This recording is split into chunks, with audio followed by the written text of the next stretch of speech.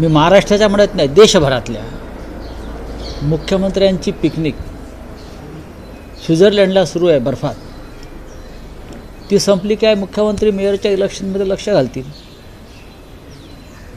स्वित्झर्लंडमधला डावोसमधला जी औद्योगिक कॉन्फरन्स आहे ती अत्यंत हास्यास्पद ठरते, विशेषतः भारताच्या दृष्टीने.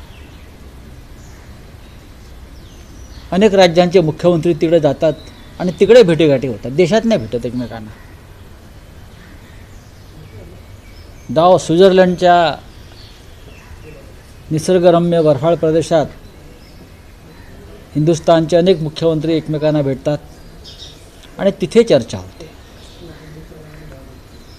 आणि भारतातलेच उद्योग डावोसला जाऊन मुख्यमंत्र्यांशी करार करतात जनतेच्या कराच्या पैशावर.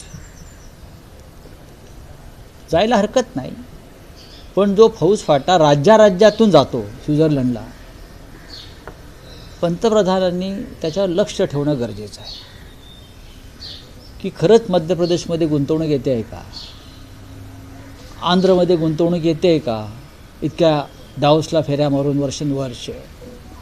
महाराष्ट्रामध्ये किती कोटीचे करार झाले, 14 लाख कोटीचे का.